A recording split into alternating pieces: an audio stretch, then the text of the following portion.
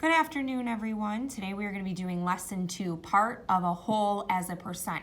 Today is going to be reviewing the white poster in the back of the room, which was finding unknown ratios, but also showing you a different method to solving that might be a little bit quicker and actually I think a little bit more efficient for you. So you've already done opening exercise A and B, and I'm going to quickly go over what is the whole unit for A and then the part, percent, and whole for B. I think there was a couple tricky ones for some of them, so I'm going to be going over them. So 15 is what percent of 90? 90 is the whole. What number is 10% of 56? 56 is the whole. Again, when I say the whole, that means that would be on the bottom part of that ratio. We would be solving for the part. 90% of a number is 180. 180 is the whole. A bag of candy contains 300 pieces and 25% of the pieces in the bag are red. 300% are whole. These next two were a little bit tricky. So it says 70% of the students earned a B on the test. Well, we don't actually have any numbers here, but if we did, the whole would be all of the students in the class. The whole would be all of the students, and then the part would be whatever the 70% was. And then for the next one, the girls in the class represented 55% of the students in the class. The whole unit is all of the students. The part is 20 girls, and then the percent is 55. Moving down to B, part, percent, and whole. I put question marks where we would be solving for these things. So 40% of the students on the field trip love the museum. Already know that percent. If there are 20 students total on the field trip, it doesn't say total, but that's kind of what they're insinuating. How many love the field trip? Well, we know the whole is 20. We don't know the part, so we're going to put a question mark there. 40% of the students on the field trip love the museum. If 20 students love the museum, how many are on the field trip, okay? So again, flipping it around, we don't know the whole, but 20% love it. Last but certainly not least, 20 students on the field trip love the museum part. If there are 40 students total on the field trip, what percent loves the museum? So that's just kind of a quick review of part, percent, or whole. This is really important because it's not only going to help you set up cross multiplying, but it's also going to help you set up the new way that you're going to be learning to do this skill. So I'm going to be jumping around a little bit. I've already done the math for a reason so that I can talk to you and review really quickly. Please remember to copy down whatever I have on the board. So example 1. In Ty's math class, 20% of students earned an A on the test. If there were 30 total students in the class, how many got an A? So you're going to notice that I've already set it up. 20 is over 100 because that is the fraction form of 20%. Percents are always over 100 if we're putting them in fraction form. Now that's going to be set equal to what we know as the part over the whole. Now in this problem, we don't know the part, so that's why I've given it a variable. And the whole is the 30 number of students in the class. So there you see it. What you're already seeing also is my butterfly multiplication method. So I'm going to be taking 100 times x and 20 times 30, which brings us over here. If I were to just like cover this up, I'd get 100x equals 600. In order to get x by itself, we have to do the opposite of 100 times x, which is 100 divided by x. And whatever we do to one side, we have to do to the other. So we see eventually x is going to equal 600 divided by 100. X is going to equal 6 students. So 20% of the students earned an A. How many of those students were there? 6 of those students in the class. So 6 out of 30 earned an A. So I'm reviewing this old method. And I say old because we've learned it before. It's on the backboard. But I also want to teach you maybe a quicker method to do this. So I want you to look at example 2.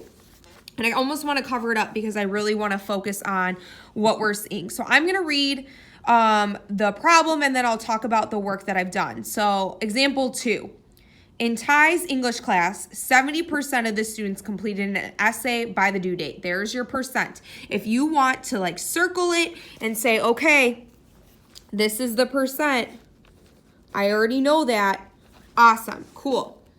There are 30 students in Ty's English class. How many completed the essay by the due date? So only 70% completed it by the due date. So that means that this, sorry, it's going to be a little tricky because it's on my lap.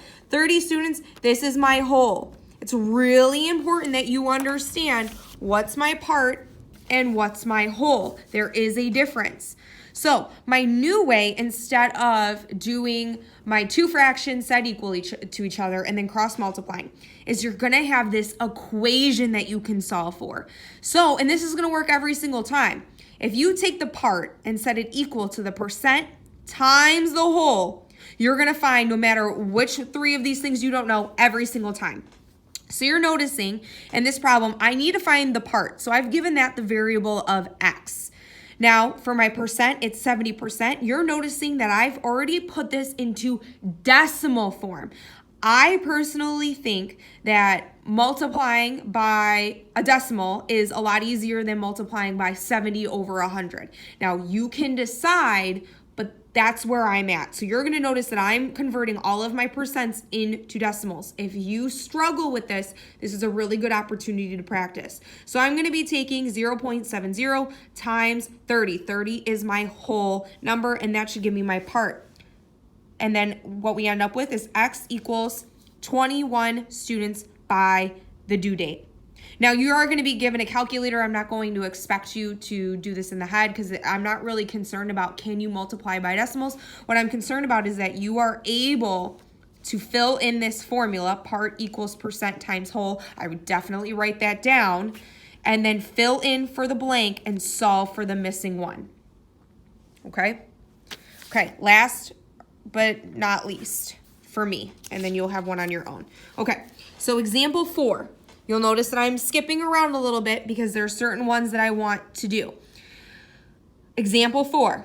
Zoe inflated 24 balloons for decorations at the middle school dance.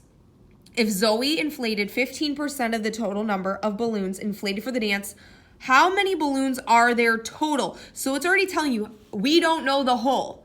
So we know the part, we know the percent, okay? But it's also going to say verify your answer using a visual. You are going to verify your answer just using the formula for right now. So my part, 24 balloons. So again, I'm covering up the part that I've already solved. 24 equals 15%, 0.15 times the whole. I'm giving the whole the variable of W. I just wrote the whole so that you understand. Now to get W by itself, because we need the variable to be by itself, I need to do the opposite of multiplication. So I'm going to divide both sides by that 15% or 0.15. So ultimately, it's going to be W equals 24 divided by 0.15. And that's going to get, sorry, excuse my spelling, W equals, or the whole equals 160 balloons. 160 balloons. So you're seeing that I feel like the cross multiplication requires a little bit more math. To me, this new formula is very straightforward. It's very easy. There's only 3 spots to fill in as long as you're converting this and making it easy on yourself, converting it for decimals. Okay, what I want you to do with a partner is I want you to do example 5. At the end, it says solve the problem using the percent formula and verify your answer using a visual model. I don't want you to use a visual model. I want you to solve it using part equals percent times whole, and I want you to solve it using that old method of finding unknown ratios. Not that you have to do both on your exit ticket, but I really want you to be able to do both so that we can ultimately decide which is easier for you. When you are done, you are going to be able to go over it as a full group. This will be left with Mrs. Williams and your guest teacher. And then your exit ticket is 3 questions. One has, it's 2 parts, and then there's 2. It is going to say, explain your reasoning using algebraic expressions or visual models. You just need to solve it using one or both of these ways for all of it. So number 1A, 1B, and 2, you need to solve it either using part equals percent times whole or the cross multiplying method. Either way, you will have a calculator to make it easy on you. Just make sure that you are returning them at the end. All right, have a wonderful day. When you're done turning in that exit ticket, you may get on Dreambox, no music, or you may read, but because you will be packing up since it'll be towards the end of the day. All right, have a wonderful day. I look forward to seeing you tomorrow.